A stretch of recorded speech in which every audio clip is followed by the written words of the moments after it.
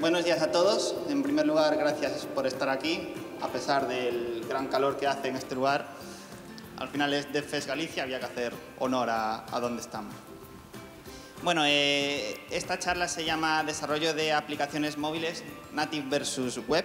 Realmente no creo que vaya a ser ninguna competición, pero lo que... yo me llamo Saúl, trabajo como desarrollador Android en diferentes proyectos y llevo ya un par de añitos haciendo esto, trabajando con Android. Y Abdón también trabaja en la parte web, ¿vale? Luego dará él más detalles de lo que hace y dónde está y tal. Y creo que es una charla muy interesante porque lo que vamos a hacer es explicar cómo se desarrolla o cómo se consiguen aplicaciones móviles construidas nativamente en Android y con tecnologías web. Yo creo que si no sois todos los que conocéis Android aquí, no creo que haya ninguno que no lo conozca, ¿vale? Android es un sistema operativo no desarrollado por Google, sino comprado por Google en sus inicios y luego lo ha estado manteniendo y es quien lo vende, ¿no? Entre comillas. La filosofía que ha tenido el sistema operativo desde un principio es que funcione en multitud de dispositivos. Esta fue la idea inicial y los argumentos con los que se construyó la plataforma y el framework en sí. Está hecho, como digo, para funcionar en multitud de dispositivos. Empezó con los móviles, en las versiones 1.0 hace años ya, no recuerdo bien el año exacto, quizás 5 o 6 años más o menos, ni idea, bastante. Cuando los móviles aún tenían teclado y era totalmente diferente, ¿vale? Y realmente fue un poco un cambio en el juego, ya que a los usuarios se le introducía el rollo más de store, de instalar aplicaciones y tal.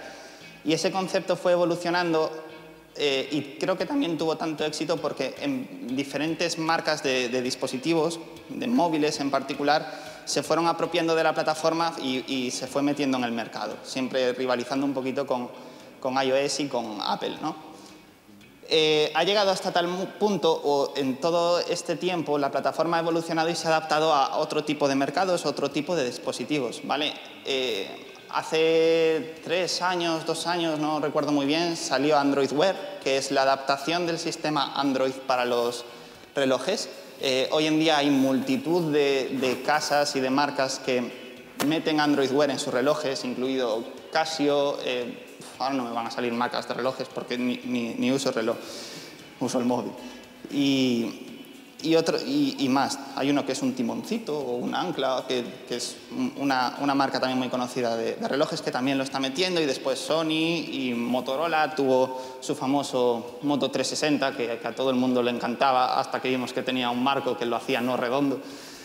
Y aparte de los relojes, también salió, creo que fue más o menos por las mismas fechas, Android Auto. ¿Vale? Android Auto, ¿qué es? Android Auto es una adaptación nuevamente de Android, no para los coches, sino para el pequeño ordenador que está en el habitáculo del coche, que más que nada a nivel de entretenimiento, quizás un poco de navegación y tal. Y hoy en día hay grandes casas de coches también, tipo Audi, Alfa Romeo y muchas más, que meten Android Auto en sus vehículos, ¿vale? Nvidia tiene una consola que funciona con Android. Xiaomi vende también un Media Center, creo que es, que funciona también con Android, y claro que sí, las tablets también van con Android. Ahora, si vosotros nunca habéis desarrollado en Android y os entra la curiosidad y queréis empezar a desarrollar en Android, ¿cómo puedo hacerlo? ¿Cómo puedo desarrollar en Android? ¿Qué lenguajes de programación puedo utilizar para trabajar en Android? Android nació con Java desde sus orígenes, y ese es el lenguaje oficial desde el principio, ¿vale? Java 8, que es donde estamos ahora, o parte de Java 8, que lo vamos a hablar en un poquito. Kotlin, que es el nuevo entre comillas, porque Kotlin lleva ya un par de años por ahí pululando, pero Pero hace poquito pasó algo grande en cuanto a Android y Kotlin, que también hablaremos de ello en un poquito, en 2 o 3 slides. Dart. Dart es un lenguaje de programación creado por Google y últimamente, o parecía que estaba muriendo poquito a poco, y ahora parece que está cogiendo un poco más de popularidad por Flutter. Flutter es otro framework basado en Dart, es análogo a Android, pero en vez de estar basado en Java, está basado en Dart. Y realmente promete bastante en cuanto a performance y que parece que va bastante bien. Yo lo veo un poquito verde todavía, pero sí es cierto que está ganando mucha popularidad.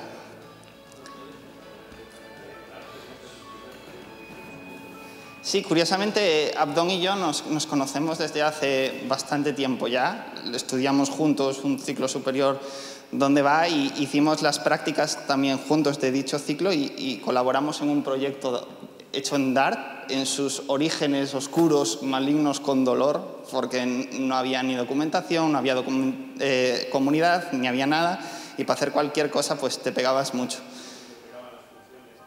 Nos desprecaban las funciones cada 2×3, en plan, abres el proyecto de una semana a otra y nada funcionaba porque todo cambiaba muy, muy rápido. Pero sí es cierto que a mí en particular es un lenguaje que me pareció muy interesante, cómo manejaba los futuros y que es tipado también, cosa que yo considero súper importante en un lenguaje de programación, pero bueno, no vamos a entrar ahí. Y Java y Kotlin en Android, volvemos a Android, son los dos lenguajes soportados oficialmente por Google, más otro más. ¿Cuál de estos dos creéis que es el tercer oficialmente soportado lenguaje de programación para Android? C++, levantar la mano. ¿Y C#, levantar la mano? Pues mal, es C++ y C, ¿vale? Por el NDK, que también vamos a hablar un poquito más. C# lo he puesto ahí porque junto con Xamarin, que es otra plataforma para hacer aplicaciones Android y iOS, creo, utilizando C#, otro lenguaje interesante y que curiosamente también hemos trabajado juntos. Y Scala, ¿por qué he puesto Scala ahí? Scala es porque al final Kotlin y Java funcionan dentro de una máquina virtual de Java. Java escupe bytecode o bytecode para la máquina virtual y Kotlin también. Scala es lo mismo. Scala se puede compilar a bytecode de la JVM y funciona.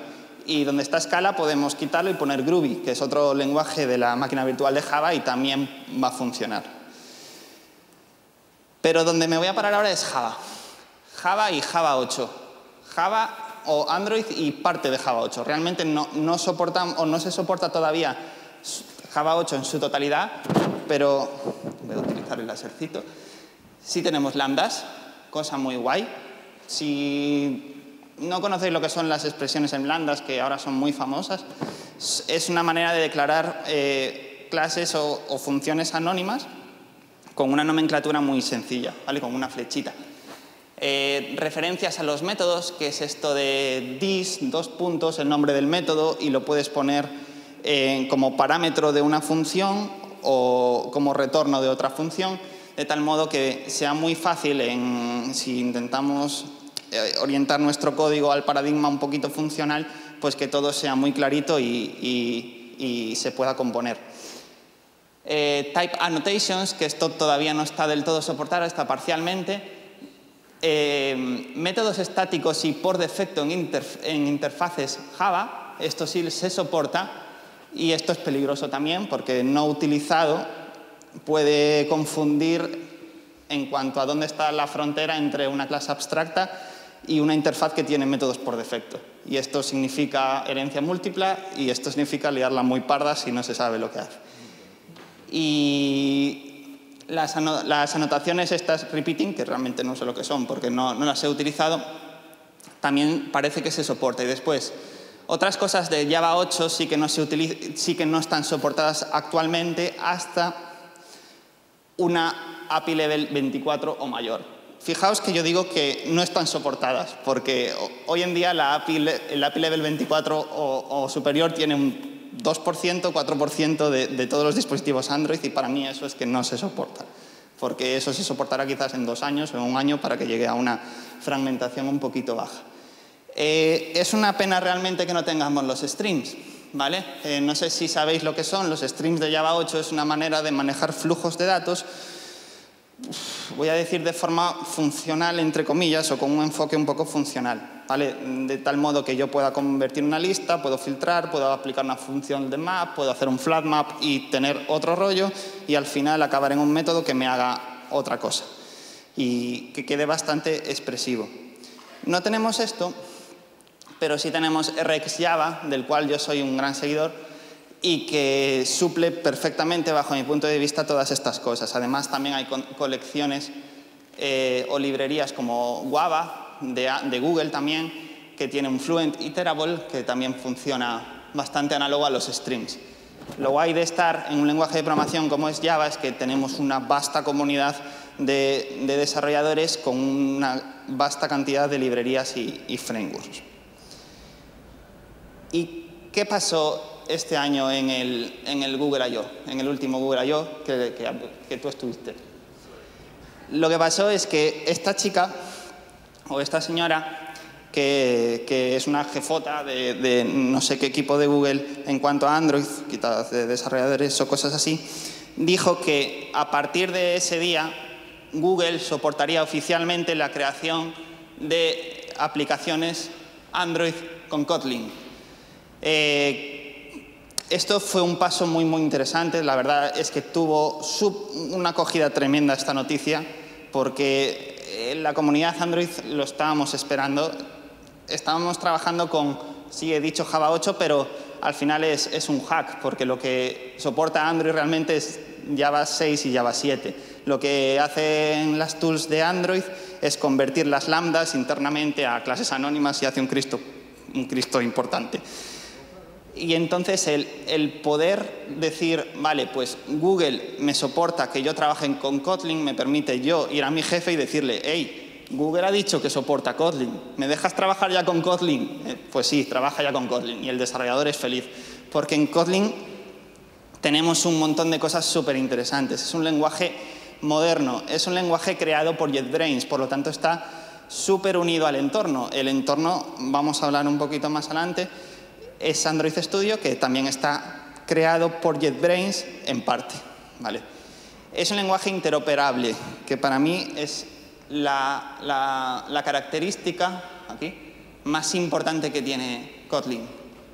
¿Esto qué implica? Esto implica que yo puedo migrar toda mi codebase de Java a Kotlin gradualmente y granularmente, de forma que pueda operar perfectamente. Es decir, yo puedo empezar cambiando solo mis tests a Kotlin y el proyecto va a funcionar. Y se puede comunicar la parte Java con la parte Kotlin y la parte Kotlin con la parte Java perfectamente. Puedo pasar a las clases que tengo de utilidad muy tontas, que son muy poco dañinas, que no son core de mi business logic, las puedo mover a Kotlin y no va a pasar nada, ¿vale? Y puedo ir poquito a poco viendo cómo se comporta, cómo se acepta, cómo el equipo de desarrolladores lo entiende y lo maneja. Más cosas de Kotlin. Data classes, que es una manera muy concisa de declarar clases de tipo entidades. Viewbinding. Es muy sencillo, sin ninguna librería mayores, unir la parte de la vista con los controladores, por así decirlo, ¿vale?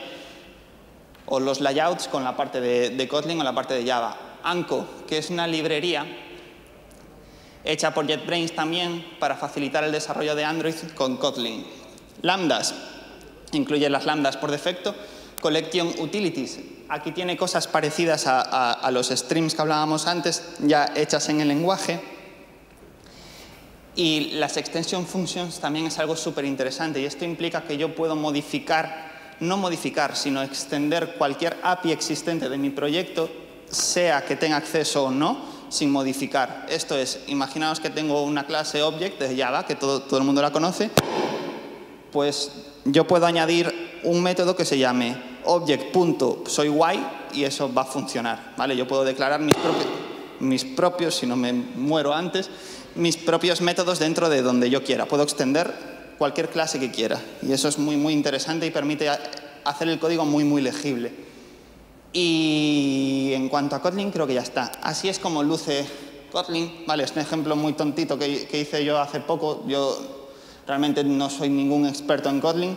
Hay personas en España que lo son. Y es un lenguaje muy, muy interesante. Realmente todo el mundo está súper feliz con él porque es un lenguaje moderno que admite un enfoque funcional y tiene un montón de cosillas. Pero más, seguimos. Tercer lenguaje oficial para desarrollar en Android y es en C++ y en C, ¿vale?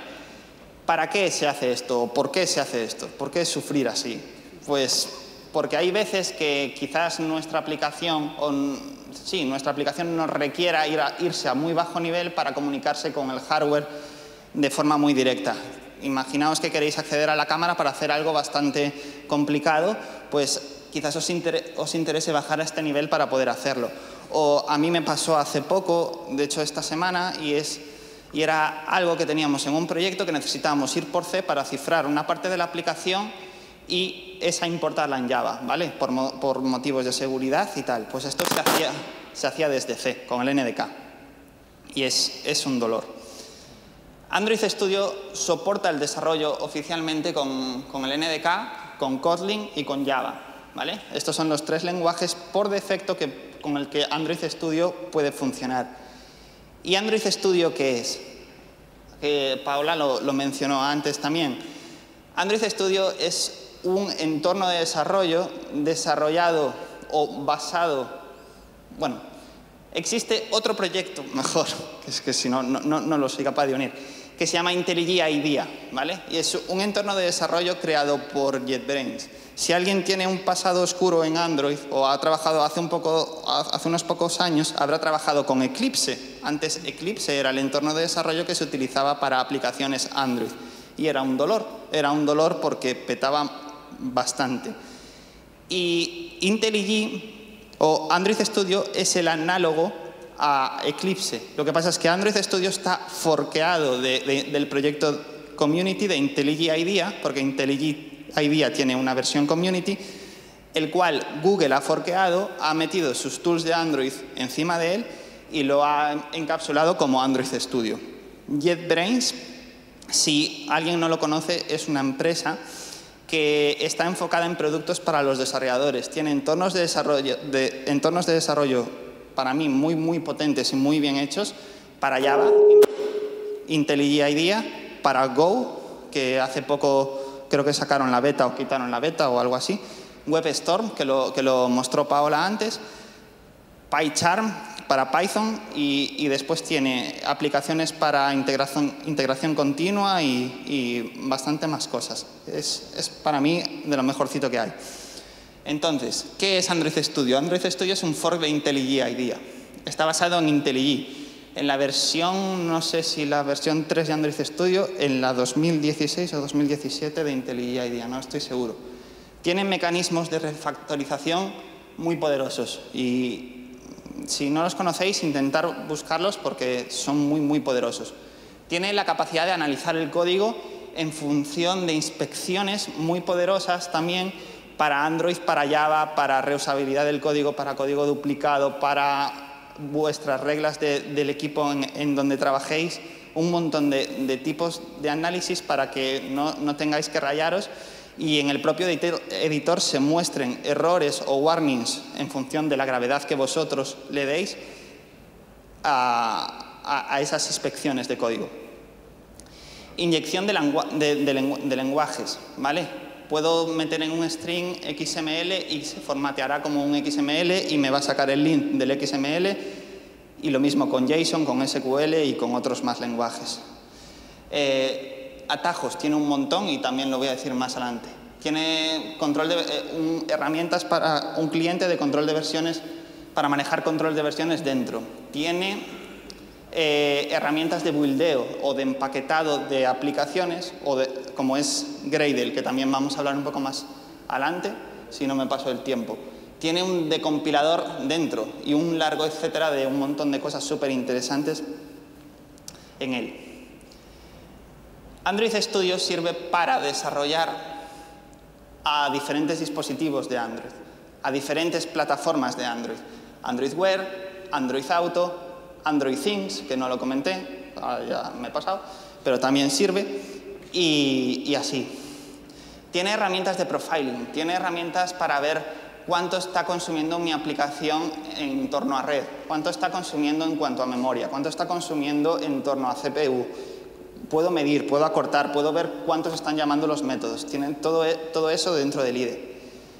Tiene un montón de atajos de teclado. De hecho, los propios desarrolladores de IntelliJ tienen vídeos donde hacen demos de cómo se utiliza el entorno de desarrollo sin utilizar el trackpad o el ratón, ¿vale? Está totalmente enfocado para que utilicemos las manos para todo y de esa forma seremos súper efectivos a la hora de desarrollar. Tiene un debugger, el cual te imprime los valores de donde estés debugueando directamente en el entorno. Y esto es muy útil. Tengo multitud de tipos de breakpoints que utilizar, basados en condiciones, que no se pare, que printee algo, que se dispare uno si no se dispara el otro. Un debugger muy poderoso. Un decompilador. Yo estoy utilizando una librería, dentro de la librería algo está petando, yo le doy a comando clic y se me mete dentro de la librería porque la decompila e incluso la puedo debuguear, ¿vale? Eso es muy interesante también. Tiene un test runner y tiene coverage también, ¿vale? De tal modo que pueda ejecutar mis tests, debuguearlos uno por uno, todos a la vez, lo que quiera. Y los resultados del coverage también se pueden imprimir directamente en el editor para que te diga este método no está bien testeado, etc. Más, editor de layouts en cuanto a Android. En la versión 2.3 o 3.0, ya no me acuerdo muy bien, lo han reescrito desde cero porque antes no era tan bueno y ahora es súper poderoso, ¿vale? Hay determinadas librerías también que en congruencia con este nuevo editor es muy potente, ¿vale? Y os recomiendo que si estáis desarrollando en Android que las probéis. Code Analysis más Inspection, lo he dicho antes, pero como la presentación se ha terminado hace media hora, pues lo digo otra vez. Code Analysis más Inspection. Es lo que decía antes, ¿vale? Yo puedo definir, por ejemplo, pues esta clase tiene muchos miembros. Pues si lo marco en las clases que tengan muchos miembros, se va a realzar un error. Layout Inspector. Yo en una aplicación que esté funcionando le puedo decir que me muestre el Layout Inspector y puedo ver cuántas vistas y qué nivel de profundidad están abarcando, y esto es importante a nivel de performance. Puedo saber los diferentes atributos, cómo están seteados, en caso estoy debugueando y por un error que se muestra porque algo está mal puesto aquí o lo que sea, y es interesante también. Y el build system de Gradle como base, ¿vale? Android Studio funciona con Gradle. Gradle es el análogo a Ant, si alguien ha sufrido con Ant. Y sirve para empaquetar aplicaciones, para firmarlas, para unir un control de integración, no me sale la palabra. Integración continua. Integración continua Continuous continuous integration o algo del estilo, ¿vale? Runear los tests o lo que sea. Y puedo definir mis tareas para que se ejecuten siempre cuando se haga build o lo que sea. Así es como son los scripts de Gradle, ¿vale? Gradle está escrito en Groovy. Gradle también soporta Kotlin y es más o menos así. Que Gradle soporte Kotlin es muy guay, ¿vale? Porque para mí Groovy es un poco doloroso también y poco legible, entonces me parece algo chulo. Y esta es un poco... Es que voy a apurar un poco porque si no te voy a comer el tiempo a ti. Esta es la estructura que tiene que tener más o menos un proyecto Gradle en cuanto a Android. Tengo mi módulo de aplicación, el cual tiene sus scripts de Gradle, su carpeta de build, donde se va todo lo que se vaya compilando, librerías y SRC con mi código Java, con mis recursos de Android, con mi manifest y todo lo que me imponga el framework de Android. Y esto está guay, ¿por qué? Porque yo puedo desacoplar mi proyecto y crear módulos únicamente Java para no estar atado al framework. Y yo, si soy suficientemente limpio, entre comillas, puedo meter toda mi business logic en domain y imaginaos que está escrito en Java y este código lo puedo pasar por una herramienta que se llama J2Objective-C, que está bastante guay, y ya tengo toda mi business logic con la que me puedo comunicar con una aplicación de iOS, ¿vale? Y solo tendría que hacer la capa de la presentación y todo el trabajo que se ha hecho aquí pues lo tengo exportado. Y entonces está guay que Gradle pues, pueda soportar esa independencia de módulos. Y esto también nos ayuda a que utilicemos patrones de código limpio en nuestra aplicación. Hay un proyecto en GitHub que está soportado y mantenido por Google que se llama Android Architecture, donde hay diferentes colaboradores españoles, de hecho, y hay diferentes tipos de orientaciones para una misma arquitectura, que es un to-do de notas, pues un to-do con MVP, un to-do con MVP y Clean Architecture, pues con Dagger, que es un inyector de dependencias, con RxJava, con Data Binding, con esta nueva librería que Google ha sacado para la arquitectura. Y entonces tenemos ejemplos de cómo construir arquitecturas limpias en nuestras aplicaciones, ¿vale? Desacopladas, bien testeadas y que no rompan, ¿vale? Que sean sólidas. Puedo definir mis vistas para que se implementen con diferentes componentes de Android abstraídos de Android. Esto puede ser una clase totalmente Java y puedo ir desacoplándome, ¿vale? Inicialmente Android fue una cerdada donde todo el mundo escribía las cosas con 8.000 líneas en el onCreate, que era donde se iniciaba la aplicación. Al final yo creo que pasa lo mismo en todos los lugares. Pero poco a poco sí se va concienciando que se haga buen código, código limpio, que no rompa, bien testeado y robusto. Voy rápido.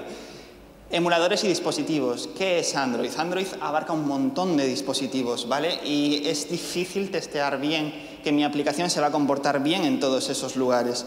Esta captura de pantalla es de un emulador. En estas últimas versiones los emuladores van como un tiro, van muy bien. Vienen con Google Play, de tal modo que se comportan análogamente a un dispositivo físico y que puedo meter por diferentes versiones y así soy capaz de probar mi aplicación en diferentes niveles de la API, ¿vale? En diferentes versiones de Android. Si no, como dijo Paola muy bien antes, tengo Firebase, tengo un Remote Test Lab que con dispositivos físicos se pueden ejecutar mis tests o tengo dispositivos para probar mi aplicación. Coviton, con el nombre tan guay que tiene, también sirve te da dispositivos para que tú puedas probar tu aplicación. Incluso Samsung tiene un Remote Test Lab en el cual tú te conectas por una historia rara hecha en Java a sus móviles y ahí puedes probar también su aplicación. Es muy gracioso porque a veces te conectas y hay aplicaciones de otras personas o cuentas de Google metidas ahí con las contraseñas. Entonces ya por curiosidad o si queréis echaros unas risas os recomiendo que vayáis y lo probéis porque es muy gracioso. Y lo que decía, ¿vale? Hay multitud de dispositivos en Android de marcas que no se os van a venir ni a la cabeza, tipo Doro, Dragon Touch, que parecen Digimones, y que posiblemente vuestra aplicación, después de trabajar 3 meses y que se ve bien en todos los lugares, aquí se vaya a ver fatal y posiblemente ropa, ¿vale? Así que es bueno intentar probar en la mayor cantidad de dispositivos posibles. Estos son mis dispositivos donde suelo probar mis aplicaciones, ¿vale? Físicos. Cuantos más tengáis para acceder, mejor. Este es el móvil con el que ando normalmente. Este era mi móvil anterior, que ahora ha pasado para probar aplicaciones. Un LG G2 antiguo con una versión baja y un Samsung Y3 con Android 5. ¿Cuál de vosotros creéis que es el móvil donde más fallan las aplicaciones? Este señor. Si algo raro va a pasar, va a ser aquí. Siempre. Y es un móvil relativamente nuevo. Es un i3 comprado en el Worten hace 2 semanas. Antes tenía un S3 Mini y ahora tengo este y sigue petando igual. Es genial para que las cosas peten. Y cuando las cosas petan y estoy en producción, siempre es súper útil tener un reportador de crashes, ¿vale? Tipo Crashlytics, que ahora está en Fabric, que ahora está en Firebase, que Firebase compró Fabric.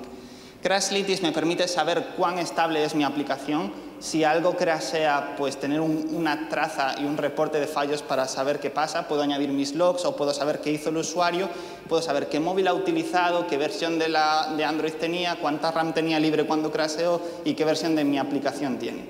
Es súper interesante y es muy, muy importante y totalmente obligatorio si trabajáis con Android o aplicaciones móviles. Y al igual que tener un Crash Reporter es importante, hacer las releases con cabeciña, ¿vale?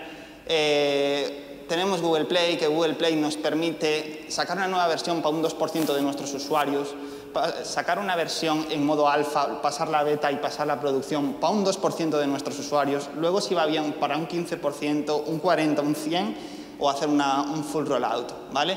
De tal modo que si algo está rompiendo, pues que no me entere porque todas mis aplicaciones están rompiendo. Como anécdota, yo una vez mandé un push mal a una aplicación el cual este número de crash free este número de crash free de un 99,43% de las aplicaciones que no rompían se puso un menos 400% porque mandé un push que muy inteligentemente cuando el usuario clicaba crasheaba. Entonces, esto se puso en menos 400% y aquí en el answers, que es donde en los usuarios activos subió para arriba de todo. Fue muy gracioso y muy doloroso a la vez. Y eso, ¿vale? Esta es mi última slide y lo que digo, tenemos mecanismos para hacer las rollouts muy gradualmente y asegurarnos que nuestras aplicaciones no rompan. Y ahora ya, Abdón, con tu parte web, si quieres. Sí, adelante. ¿Me dejas el pasador? Vale. Pues, como comentaron antes, mi nombre es Abdón. Podéis contactarme por ahí, encantado de seguir hablando luego. Trabajo ahora mismo en IBM Research como frontend developer. Si habéis visto últimamente, sobre todo estos últimos días y estos últimos meses, información sobre... subir un poco, dicen que está un poquito bajo el altavoz y como grite. Si habéis visto información sobre proyectos de computación cuántica que están saliendo bastante ahora en los medios tecnológicos y tal, pues el equipo en el que estamos desarrollando eso, que muchos de nosotros somos españoles, pues ahí estamos haciendo esas cosas, yo en la parte de front. Y luego pertenezco al programa que se llama Google Developer Expert, donde Google trata de reunir a gente de todo el mundo que se supone que tiene conocimientos profundos en tecnologías, en este caso tecnologías web, y ponerlos también en contacto con la gente que dentro de Google desarrolla esas tecnologías. En este caso, pues el equipo de Google Chrome y de Web Platform.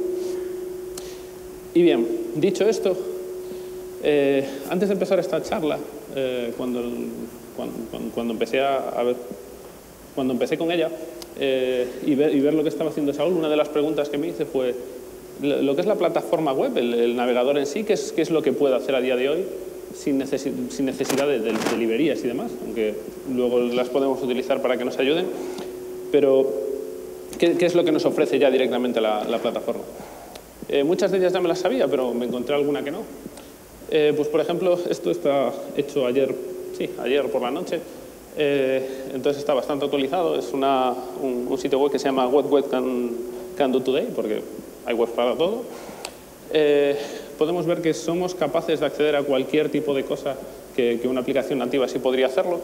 Queda alguna, evidentemente, que no, pero si no se está implementando ya, está en draft, le llaman, es decir, en el proceso de definir cómo debería de funcionar esa funcionalidad antes de que los navegadores luego la vayan a implementar. Cosas muy interesantes como cosas de credenciales, sistemas de gestión de pagos, real-time communication. Vale. ¿Ahora me escucháis mejor? ¿Debería de quitarme el otro o no? Vale, da igual. Vale, pues mejor. Vale, estaba diciendo, sí, cosas como real-time communication, sistemas de permisos, un montón de funcionalidades que la plataforma, que los navegadores ya nos ofrecen de por sí. Bien, todo esto va muy de la mano de lo que son las Progressive Web Applications. ¿Quién sabe lo que es una Progressive Web Application? La mitad, más o menos, quizá algo menos. Interesante. ¿Quiénes de aquí desarrolláis web? Un gran porcentaje. ¿Quiénes de aquí desarrolláis Android? Muy poquito, muy poquito. Vale. A los de Android, a ver si os convenzo de que la web mola, y a los de web, a ver si os enseño cosas de web que también molan y que no conozcáis. Bien, una Progressive Application, para quien no lo conozca todavía, es una aplicación web, al fin y al cabo, donde vamos a utilizar las tecnologías que llevamos utilizando toda la vida, HTML, CSS, JavaScript y demás, es decir, no vamos a tener que aprender lenguajes nuevos.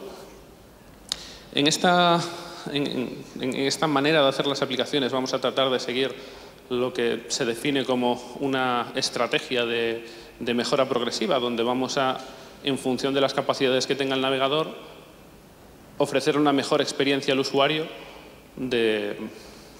ofrecer una mejor experiencia al usuario. Y va a ser utilizando,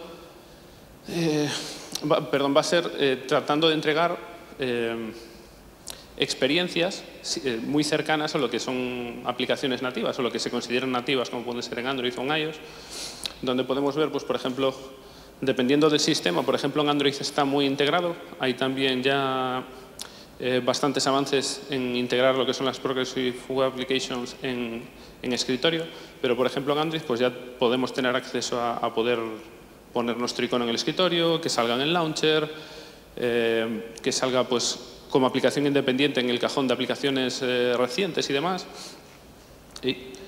y que lo que es la vista, el display de la aplicación, pues en este caso, a pesar de ser una aplicación web, pues no vemos ningún marco de navegador por ningún lado para ofrecer esa experiencia nativa. Y todo esto va a ser utilizando tecnologías modernas, como pueden ser el Web App Manifest, del que hablaremos ahora, y los Service Worker, de los que también hablaremos ahora. Dicho esto, Web App Manifest, el Web App Manifest es uno de los pilares de las Progressive Web Applications, donde vamos a poder configurar ciertas cosas para integrarnos con el sistema. Por ejemplo, en el caso de Android, que es donde más integrado está, pues es donde le vamos a especificar cuáles son nuestros iconos, el splasking que vamos a querer tener, la manera de visualizar la aplicación y demás. Service Worker. Los Service Worker, ¿quién utiliza Service Worker? Uy, qué poquita gente. Qué poquita gente. Vale, los Service Worker es nada más que un proxy a nivel de cliente. Es una tecnología bastante moderna que nos va a permitir diferentes cosas, todo basado en eventos. Vamos a ver dos de los eventos que se utilizan más. El primer evento va a ser Fetch. Este evento lo que nos va a permitir es, pues eso, a nivel de proxy de cliente en el navegador vamos a tener una cosa ahí en el medio que va a interceptar todas las llamadas. Todo lo que vaya a red, de alguna manera, vamos a tener nuestro script, nuestro Service Worker, que va a poder interceptar esa llamada. De manera que cuando la interceptamos podemos decidir qué queremos devolver. Si lo que vayamos a pedir a Internet, si lo que tengamos en caché, si lo que sacamos de dispositivo, podemos seguir la estrategia que nos interese. Esto es muy importante en las aplicaciones web móviles porque nos va a permitir que las aplicaciones funcionen sin Internet. Porque como tenemos este proxy siempre en el medio, si la red no funciona podemos devolver cosas que están en caché y quitarnos de una vez por todas del dinosaurio súper chulo que nos ha puesto el equipo de Chrome allí para saltar. Otro de los eventos más importantes es el evento de sync, perdón, el evento de push. Este evento lo que nos permite es mandar notificaciones push. Más que mandar, recibir notificaciones push. Una vez que se registra y se prepara todo esto, el servidor del server push nos va a poder enviar notificaciones al Service Worker y el Service Worker se encarga bueno, nosotros luego con el Service Worker nos encargamos de decidir qué hacer pues, con la API de push de los navegadores. De manera que aunque tengamos lo que es la aplicación, la ventana, todo eso cerrado, seguimos pudiendo hacer engage con el usuario. Web Components. Los Web Components son un conjunto de especificaciones también bastante interesantes a la hora de hacer Progressive Applications porque nos va a permitir hacer etiquetas, componentes encapsulados.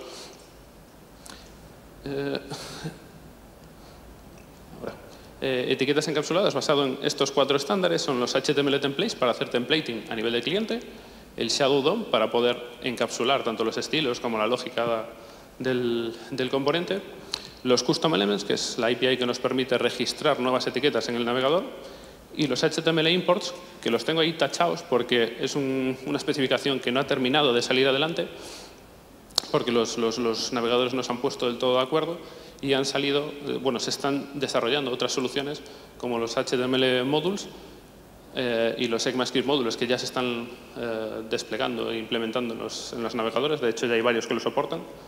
De hecho, Firefox es el único que no lo soporta a día de hoy, pero lo tiene como un flag. Entonces, también es otra de las funcionalidades que ya se funcionan en todos los navegadores.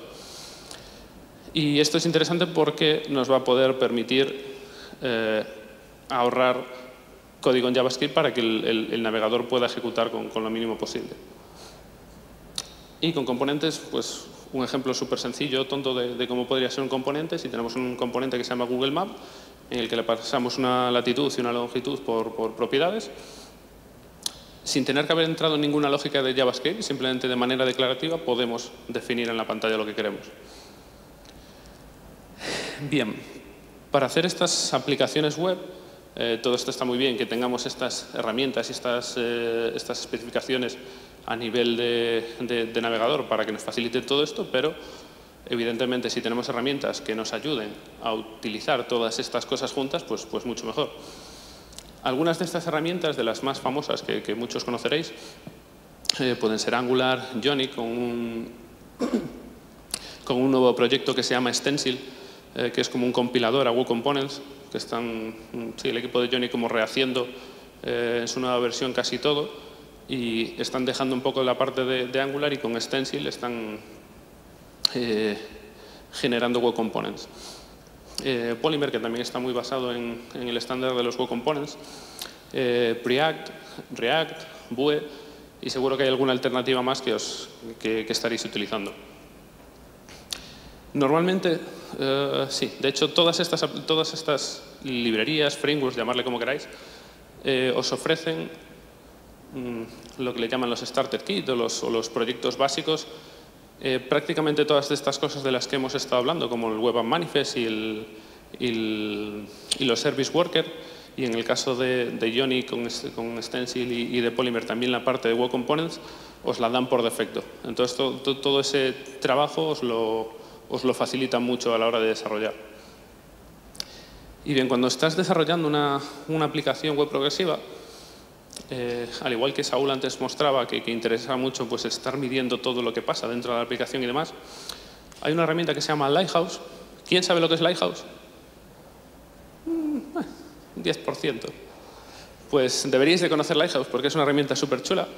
Esta herramienta es un proyecto open source que lo que hace es medir lo que está pasando en nuestra aplicación en todo momento. En todo momento lanzamos ese proceso y empieza a hacer diferentes mediciones de lo que pasa internamente en nuestra aplicación, a diferentes niveles, de los que vamos a ir viendo ahora. Por ejemplo, cuando lanzas, no lo he dicho, pero te devuelve al final es una métrica de auditoría, pues te devuelve como un informe bastante bonito a la hora de entender lo que está pasando, y nos da ciertas puntuaciones de lo bien o lo mal que lo estamos haciendo sobre las mediciones internas que tiene la herramienta. Y la puedes extender creando tus propias mediciones. Está todo bastante desacoplado y puedes extenderlo con todos los requerimientos que necesites. Se organiza normalmente en estos 5 apartados. El de SEO es bastante nuevo. De hecho, salió como, no sé si esta semana o la semana pasada. Y el primero es Progressive Apps, Performance, Accesibilidad, buenas prácticas y SEO. Por ejemplo, en la parte de Progressive Apps, antes, como todo esto está muy enfocado a hacer aplicaciones móviles, donde los recursos de los móviles son bastante más pobres que los de un ordenador, y donde las condiciones de red también son bastante más pobres, o suelen ser bastante más pobres e inestables que las que puede tener un ordenador conectado por Wi-Fi. Todas estas pruebas se van a hacer, también es configurable, pero por defecto se van a hacer emulando dispositivos, en este caso un Nexus 5X, con una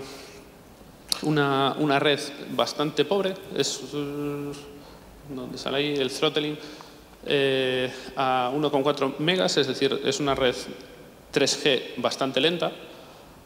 Y lo mismo con la parte de la CPU, se devalúa la CPU del dispositivo, y todo esto para hacer aplicaciones que funcionen bien a pesar de que los recursos del móvil sean bajos. Dicho esto, por ejemplo, en la parte de aplicación de Progressive Web Apps, Tenemos diferentes auditorías. Entonces podemos ver, por ejemplo, una de las auditorías que está pasando esta aplicación es que responde un 200 cuando la aplicación no tiene internet. ¿A qué se debe esto? Al service worker del que hablamos antes. ¿Qué conseguimos con esto? Que la aplicación, a pesar de no tener internet, funciona. Muestras algo. Mostrarás lo que tú consideres que debas demostrar. Puedes haber cachado, pues luego miraremos, por ejemplo, en el caso de Twitter, que puede cachear pues, el historial de los últimos tweets y demás. Más cosas. Pues, por ejemplo, que hay un banner que sacan los navegadores cuando pasas ciertas heurísticas de tu aplicación que te sugiere instalar, entre comillas, que al final lo que hace es pues eso, generar ese acceso directo en el escritorio, a pesar de que ahora mismo ya no está generando un acceso directo, sino que está haciendo una cosa un poco más complicada, que es genera un APK on the fly, en el momento que estás dándole a ese botón de añadir, se genera un APK con Google Pay Services, te instala la aplicación a través de Google Pay Services y entonces eso es lo que luego nos permite tener el icono en el cajón de aplicaciones, por ejemplo, que antes solo podíamos tener acceso al escritorio, al home screen. Pues está bien configurado para que salga ese banner.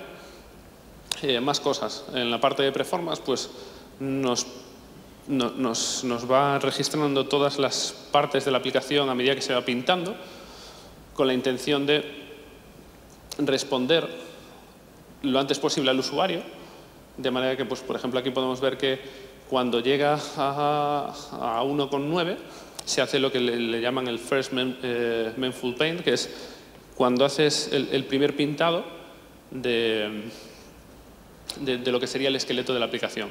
Todavía te puede faltar cierto contenido, por ejemplo, en este caso imágenes y demás, pero bueno, el usuario en apenas 2 segundos, hablando de redes 3G lentas, con dispositivos con menos recursos, ya ven en qué consiste la aplicación y nos están esperando ahí con una pantalla en blanco. Luego tenemos la parte de First Interactive, que es cuando la aplicación ya es interactiva, es decir, supongamos que tenemos un formulario. Sí, de hecho me pasó en Netflix hace poco. Cuando tú entras en Netflix, en la parte del buscador, cuando tú pulsas en el buscador, como que te abre la caja de texto donde buscar. Cuando yo hace poquito pulsé en esa caja de texto, resulta que no había cargado bien y yo pulsaba en la lupita y no me abría la caja de texto. ¿Por qué? Porque hacen server-side rendering, entonces han pintado todo, pero la web no funciona, porque no está la lógica de JavaScript que hace que eso funcione. Esa parte todavía no se ha ejecutado. Pues lo que se trata de conseguir con esta métrica es definir ese punto en el que la aplicación ya funciona. Y más cosas. Podemos ver la parte de estilos. Sí, de estilos, entre comillas. Aquí, por ejemplo, nos está avisando de que no estamos haciendo algo bien. Estamos retrasando ese pintado. Ahora miramos por qué. Porque hay un fichero ahí que se llama appshell.html que pesa, te dice pues el peso del fichero, 46K, que está retrasando el pintado de la aplicación 829 milisegundos. Eso considera que es demasiado tiempo, a lo mejor podrías dividir el fichero o a lo mejor ese fichero se puede comprimir. Y no lo he comentado, pero en todas estas auditorías podéis ver que hay siempre un Learn More, porque siempre hay un enlace a un artículo donde te explica el por qué es importante cubrir estas auditorías y el cómo puedes hacer sugerencias y buenas prácticas para cumplir estas auditorías. Y está muy bien explicado. Yo, de hecho, de vez en cuando aprendo cosas nuevas porque me sugiere cosas que yo desconocía. Más cosas, pues por ejemplo, con cosas típicas como pueden ser las imágenes. Aquí me está diciendo que, bueno, no está mal del todo, pero hay un potencial ahorro de 40%, que son 11K, si comprimo esa imagen más. Más cosas. Bueno, más cosas. Todo esto está muy bien, suena mágico, suena divertido. ¿Realmente funciona todo esto? Vamos a ver algunos casos de uso donde demuestran que esto sí funciona. Entonces, pues, por ejemplo, esta es la aplicación de Twitter que sacaron, pues debe hacer, no sé, igual 6 meses, menos de un año, que se llama Twitter Lite, que es una Progressive Application, que si entráis en Twitter, en la parte web, es lo que funciona, y de hecho la tienen también en la Play Store y demás. donde pues eso, todo eso que estamos viendo de que funciona offline, de que cargue rápido, de que nos permita hacer todas estas cosas, pues incluso tiene alguna funcionalidad de que no me cargue ciertas imágenes salvo que yo se lo indique, para, sobre todo en países con menos recursos, donde los datos es algo muy importante, tenerlo en el escritorio, notificaciones y demás. Y cuando han lanzado este proyecto, han sacado muy buenas métricas. Todas estas métricas están públicas. Podéis leer luego aquí los enlaces. Hay varios casos de estudio en los que, por ejemplo, incrementaron lo que es el número de páginas que visita un usuario durante una sesión un 65%, lo que es una barbaridad. Incrementaron los tweets que se envían desde la web un 75%, lo cual es una barbaridad. Y redujeron el bounce rate, que es el porcentaje de usuarios que entra y de manera rápida se va. Más casos de estudio donde estas cosas han funcionado puede ser, pues, por ejemplo, Alibaba, un e-commerce bastante grande, donde cuando lanzaron su Progressive Application incrementaron la conversión de ventas entre todos, a través de todos los navegadores, un 76%. Que para un e-commerce incremente un 76%, podéis echar números ahí de lo que puede ser eso un billete. Es bastante. Datos interesantes también, a pesar de que todo esto, muchas de estas cosas están muy integradas en Android, pero no en iOS, a pesar de que iOS, por fin, hace cosa de, no sé si fue agosto, en el verano más o menos, por fin se pronunció y avisó de que está implementando estas dos patas de las Progressive Application, que es el Web App Manifest y los Service Workers. Entonces, pronto, en 2018, tendremos todo este tipo de cosas funcionando en iOS. Pero a pesar de esto, como hacer estas aplicaciones de esta manera te obliga o te incita de cierta manera a hacer las cosas para que funcionen bien y estar pendiente de todo, cuando Alibaba lanzó esta aplicación en iOS, incrementó también el porcentaje de usuarios activos porque la experiencia era mucho mejor. Y pues nada, cosas de Engage que, como por ejemplo cuando tenemos el icono en el escritorio, pues también aumenta por 4. Dicho esto, cómo molan las Progressive Applications, ¿no? Tenéis que empezar todos a hacer aplicaciones web progresivas. Muchas gracias.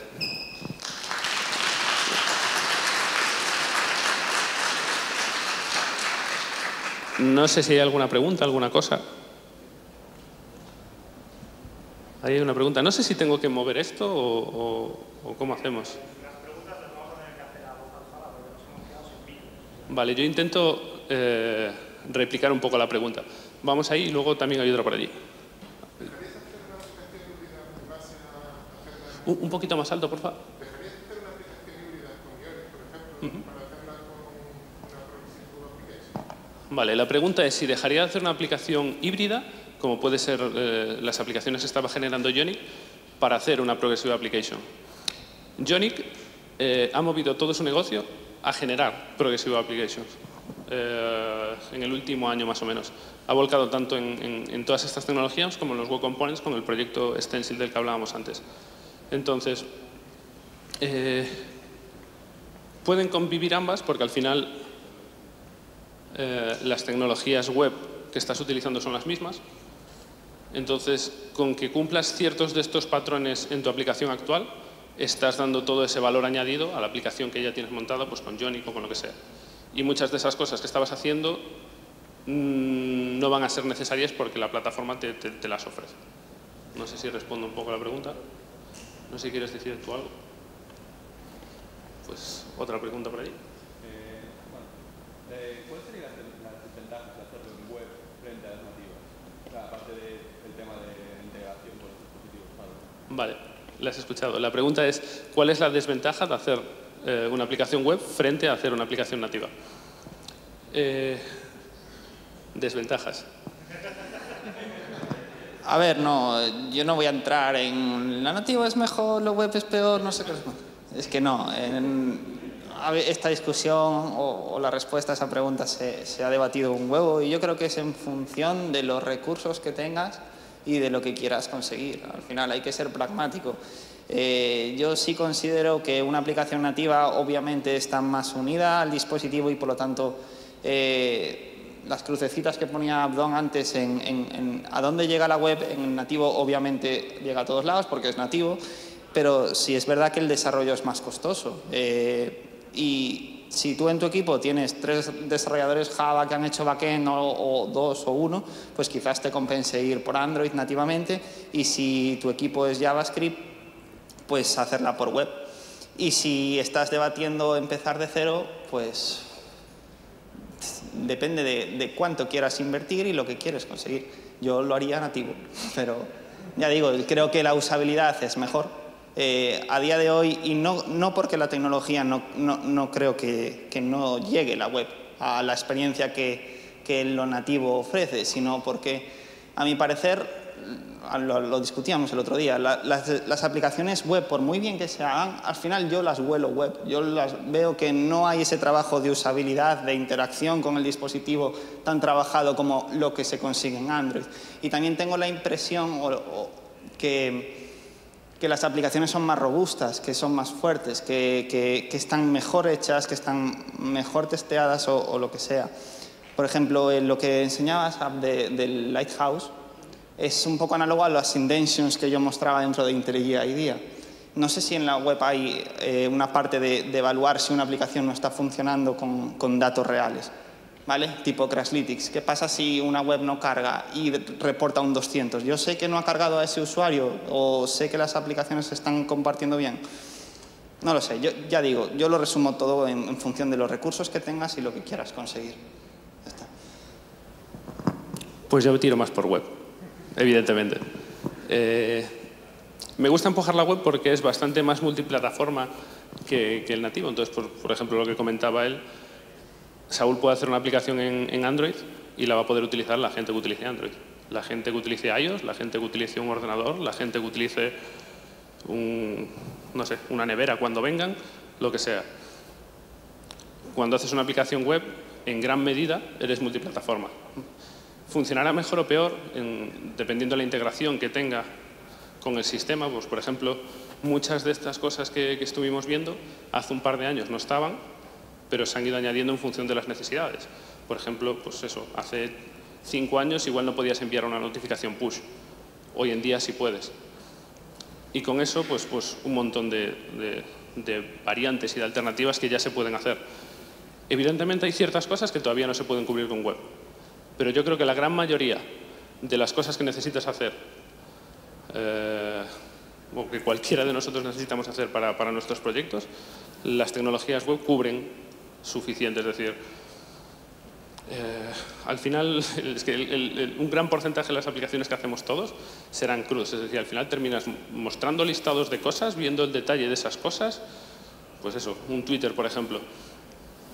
Quizá no necesitas invertir, a lo mejor si lo tienes y quieres puedes invertir todos esos recursos en diferentes desarrollos, pero yo, por ejemplo, estoy cansado y aburrido de que eso, a 2018 casi que estamos, que sigamos teniendo que rehacer todo el rato en función de las plataformas que estemos utilizando. Es decir, me parece triste como desarrollador tener que hacer las cosas tan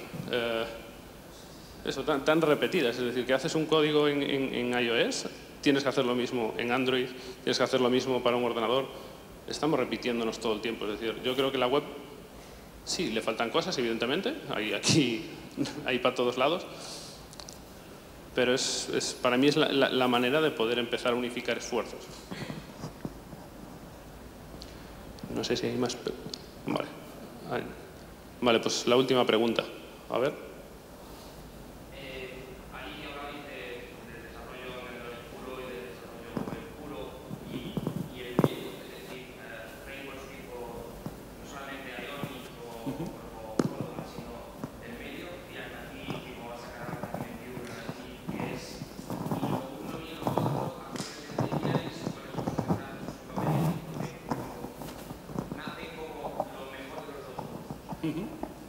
Vale, pregunta, además de tener eso, la parte web por un lado y la parte nativa por otra, los puntos intermedios como pueden ser React Native o Córdoba y demás, sí, ventajas e inconvenientes, no sé si... Vale. A mí, por ejemplo, ese tipo de tecnologías no me terminan de gustar demasiado porque son bastante propietarias. Es decir, por ejemplo, React Native está muy atado a lo que haga Facebook. En cambio, cuando tú haces algo en web,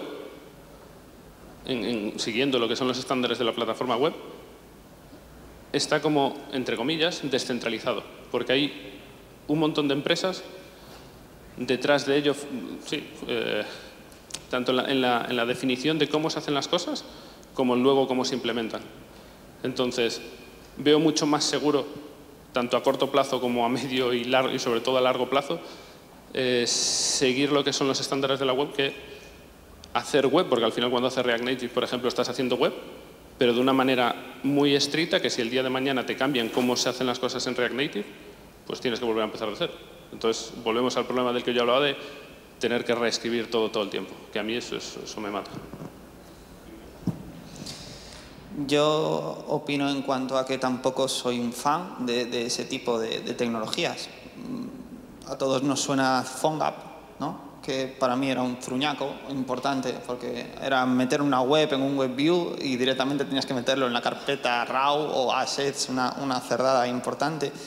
Y después está Xamarin, por ejemplo. Xamarin también tiene esa filosofía de compilar a Android y iOS, pero yo el patrón que me he ido encontrando es que o llega un punto que no les interesa quizás mantenerlo, entonces ahí estás vendido, porque si yo invierto un montón en 2 desarrolladores C# que me hagan una aplicación Xamarin que me saca 2 aplicaciones iOS y Android y de repente Microsoft, ¿quién tiene Xamarin? ¿De quién es Xamarin? Microsoft empieza a descontinuar el proyecto o no a actualizar a las nuevas APIs que va sacando Google y se va quedando un poquito atrás, yo estoy vendido.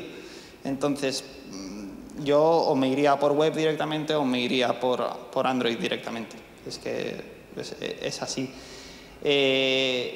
Hoy en día, y quizás también metiéndome sanamente como Abdon, Kotlin, Java también permite lo que decía antes. Tú puedes hacer tu business logic en Java, si la haces suficientemente desacoplada, la pasas por un compilador a Objective-C que va bien, Google lo utiliza incluso, y te saca la aplicación o la business logic para iOS. Y tiene sentido. Es tu business logic, la haces una vez y la mantienes una vez. Arreglas un problema y lo arreglas para 2 plataformas. Y la parte del cliente, que son los patrones de diseño para diferentes plataformas, los haces aparte, con sus equipos de diseño aparte y con las guidelines de usabilidad específicas de cada plataforma. Para mí tiene sentido. Kotlin también tiene un compilador a JavaScript. Kotlin también había visto noticias, no me metí muy dentro, sobre que estaba compilando para iOS también, que lo dijeron en la KotlinConf hace nada en San Francisco.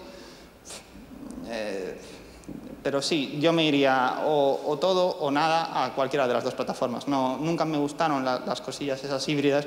Me gustan los coches híbridos porque son guay y cool, pero en cuanto a aplicaciones no. Y creo que estamos, ¿no? Por cerrar una última cosa, eso del respaldo que tienen, pues en este caso de lo que ya hablaba, las Progressive Web Applications, en vez de estar solo una empresa detrás, están todos los navegadores detrás que se han puesto de acuerdo en cómo hacer pues esto, los service workers, el web manifest y todo esto. Y como por mencionar cosas importantes sobre esto, en el caso de Google, pues es quizá el mayor, el que más fuerza ha hecho para que esto salga adelante. De ahí una integración tan fuerte con el sistema de Android. Y, por ejemplo, en el caso de Apple con iOS, con iOS, pero con Safari ya está implementándolo. Y en el caso, por ejemplo, de Firefox también tiene todo implementado. Y en el caso que me parece súper interesante de Microsoft con Edge y con Mobile, incluso con Xbox, ya ha dicho que la manera de hacer aplicaciones para Windows, incluido Xbox, es hacer Progressive Web Applications. Llegado al punto de que lo que está empezando a hacer es scrapear, evidentemente tiene Bing, que es un buscador, donde ya scrapea las webs, a través de este fichero manifest, interpreta estas aplicaciones que tienen este fichero manifest y las va a empezar a meter en su tienda, en la tienda de aplicaciones de Windows. Y de la misma manera que Android está muy integrado, está haciendo eso mismo en el sistema tanto de Windows como de Xbox y demás. Es decir, va a ser a partir de 2018 la manera de hacer aplicaciones para Microsoft. Muchas gracias.